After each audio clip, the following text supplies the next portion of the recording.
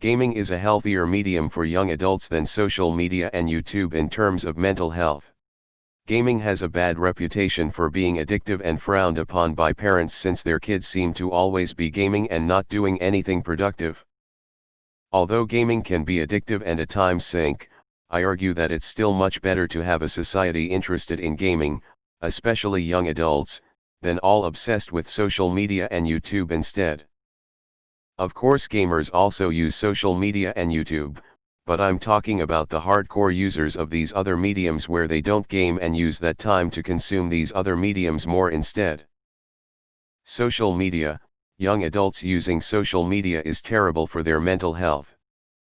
Apps like Instagram makes them feel like they need to show off fake affluence stuff or go on unnecessary trips to keep up with the Joneses.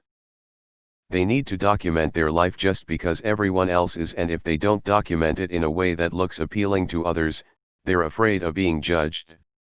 This is bullshit.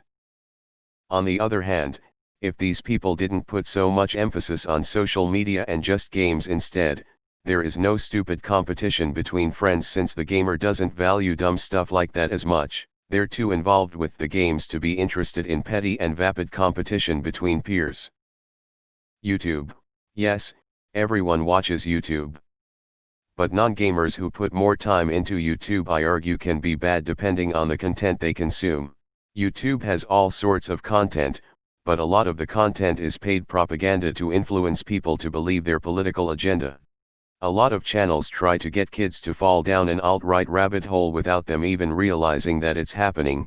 They're just browsing videos on YouTube to kill time, then all of a sudden they have these right-wing beliefs that they probably wouldn't have if they didn't fall down a rabbit hole. Huge channels are funded by organizations to spread influence about their political beliefs. It's not a fair balance. Google doesn't care as long as they're getting paid. If these impressionable young adults were just playing video games, they'd stay away from the politics for the most part and disinformation out there. They wouldn't be as vested into these channels and spend their focus on improving on games. You use social media to find great games. You use YouTube when you can't figure out how to beat them. The circle of gaming life is complete. Most of the 30-something-year-olds with kids understand because we were the first group to get to experience how fucking awesome gaming became to be. We were the first to truly get to enjoy the internet combined with gameplay.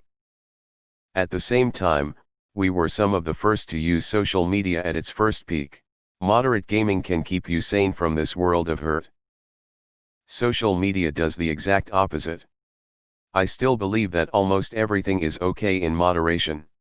Being on social media every once in a while or watching YouTube is fine as long as you don't let it influence or control your life. On the other hand, gaming can be a big problem if you get too addicted to it. There is strong evidence to show that not only are there no negative effects of moderate gaming, but gamers generally have a significantly increased coordination, reaction time, and puzzle-solving skills. In the 19th century, people said the same thing about fiction. They thought it was dangerous for children for all the same reasons they give about gaming today. Keep on gaming. I like how Twitter is more toxic than MW2.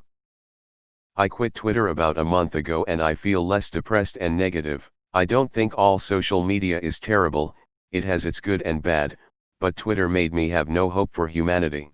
I'd argue it's just as fucked up that corporations like Riot and Tencent are earning billions off of microtransactions.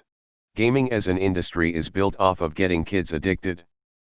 That's not to say social media and YouTube don't work off the same business model, but I kind of find it disingenuous to act as if it's fine to let kids play with what are basically just more child-friendly slot machines. I used to be an avid gamer, and I honestly kind of cringe looking at any game now, how much manipulation goes into keeping the player hooked. Yes, games can be a great escape and a good way for awkward kids to socialize, but let's not act like most of them aren't being sent into the world by anything other than greedy corporations looking to suck as much money out of their young clientele as possible. Edit, to be clear, I'm not saying gaming is bad. I am saying that we shouldn't ignore who's making them and why.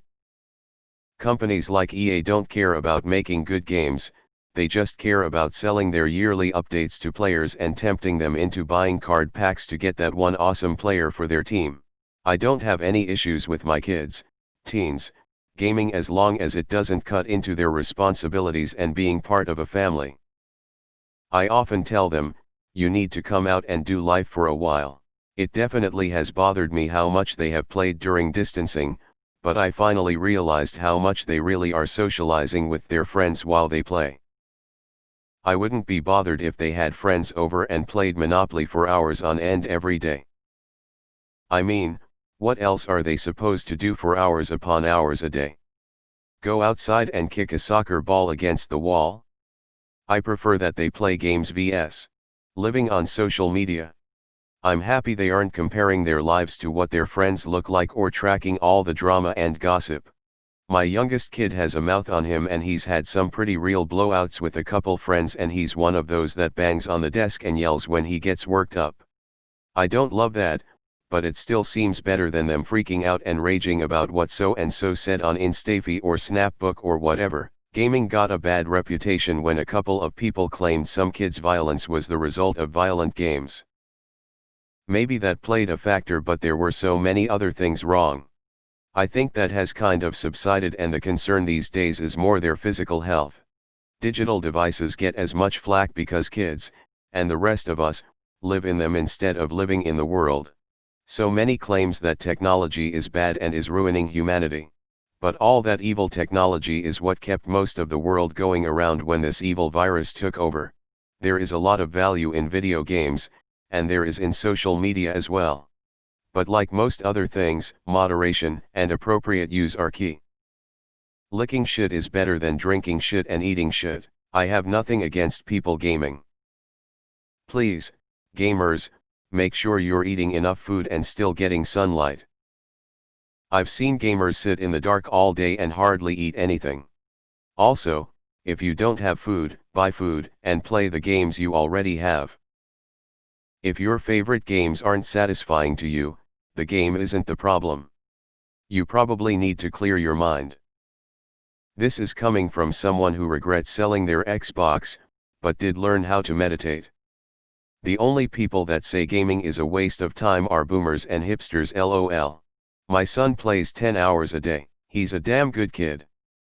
I agree that gaming has benefits, but I'd also say that joining a martial arts gym or playing a sport can also be beneficial to a kid's mental as well as physical health, barring any injuries. But personally, I'd rather risk injuries than lose out on exercise and camaraderie. Yet I agree that social media can be a bad influence, and so can YouTube.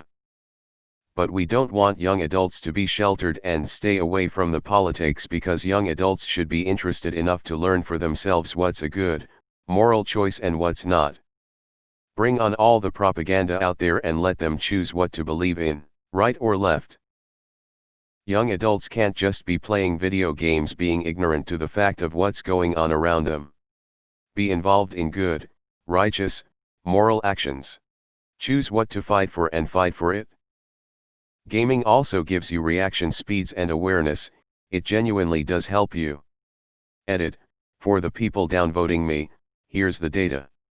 https://www.